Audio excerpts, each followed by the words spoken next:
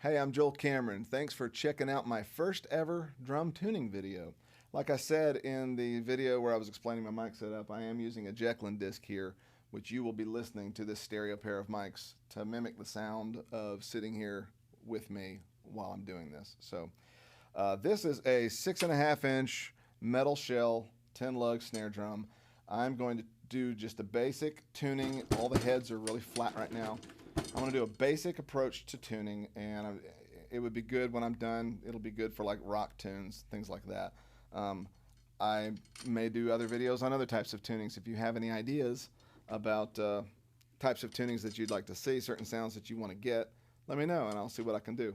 Also, since I did mention the little mic there, the little sheep looking thing, he kind of needs a name, don't you think? So if you have a name for him, I'd like to know, so let me know.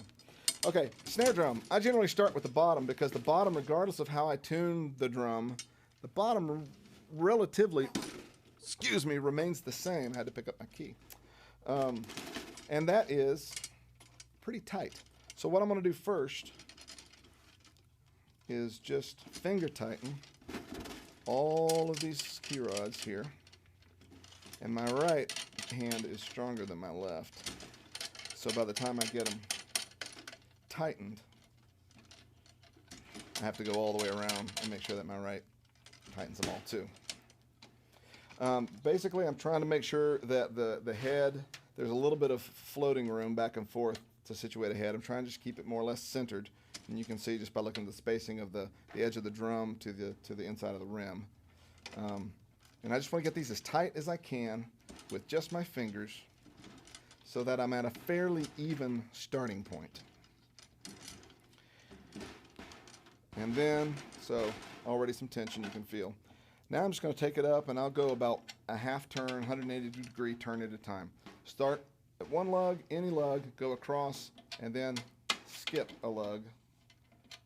Go across, skip a lug, go across, skip a lug, go across, skip a lug, go across, and I believe that was 10 right there. So this is a 10 lug drum.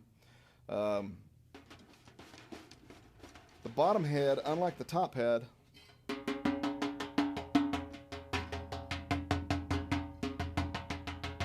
bottom head doesn't resonate like a regular tom head because it's got these snare beds.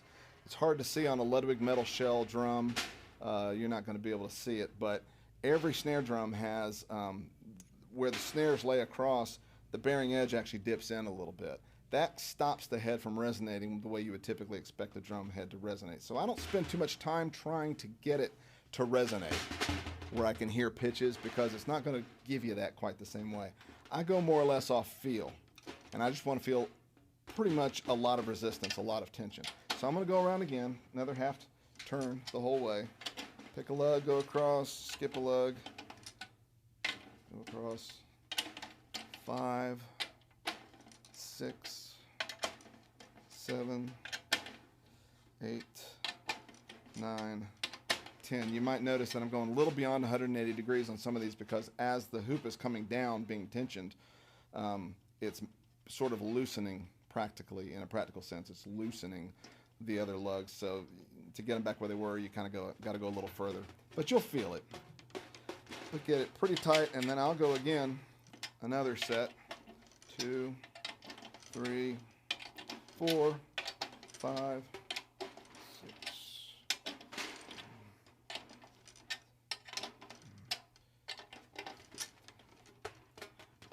And that's feeling pretty tight, but I'm going to go a little bit more still. So 1, 2, 3, just about a quarter turn.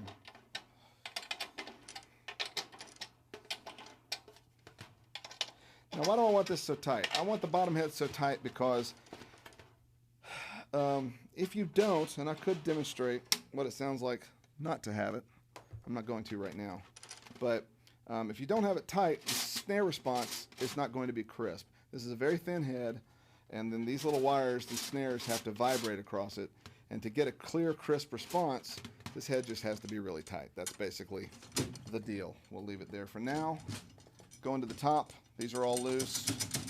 So I'm going to do the same thing. I'll go ahead and put it back in my lap to do this. Same thing, making sure the head's more or less centered as I tighten these. Finger tighten, finger tighten. I also, when I finger tighten 180 degrees apart, because I don't want to finger tighten 2 here and then 2 here, because you're basically going to be tightening down the hoop in a circle, and I'd rather tighten them down 180 degrees apart so that the hoop stays fairly balanced and even on the bearing edge of the drum. So once I've got it finger tight, pick up my key again, and you won't have to go nearly as tight with the top head. In fact, the whole 180 degree turn on every lug is going to probably put you close to where you're getting a really good drum sound. Okay, so you saw how that one was loose after I'd started tightening these. So you have to go a little beyond 180 degrees. And again, you can feel it. You can feel the tension in the turn. How many was that? Doesn't matter. Let's listen real quick. Drumsticks, drumsticks. Gotta grab drumsticks. Oh, here they are. Cool. I put my finger in the middle. And don't press on it, because you'll change the pitch of the drum, but just hold it.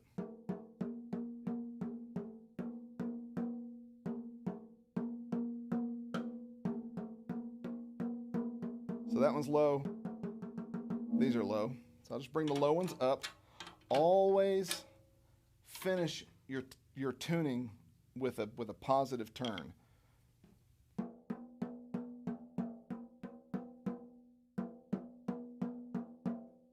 And then just kind of keep tweaking the ones that are a little too low. These still are. And it doesn't take much. I'm not doing big turns.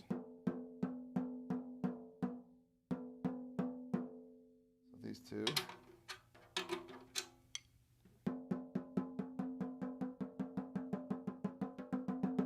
Okay, so there's a little bit there.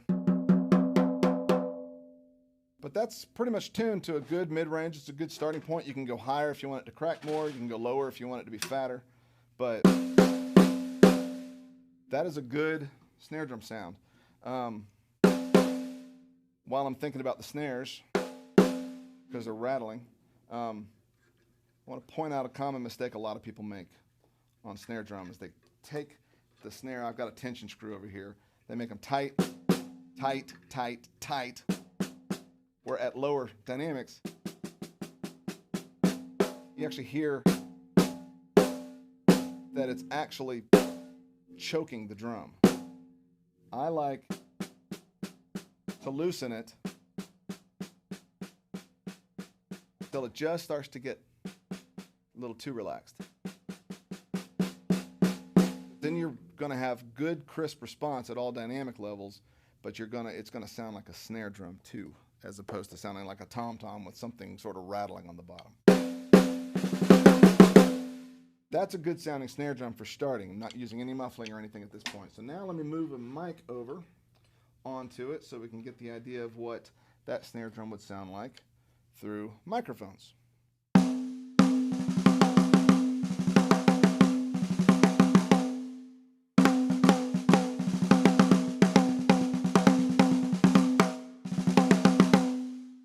So that's a good quick start to tuning snare drums. Now there are other techniques, and like I say, you can use different heads. By the way, this head's a Heavens G14. It's just a single ply coated, thick single ply head coated.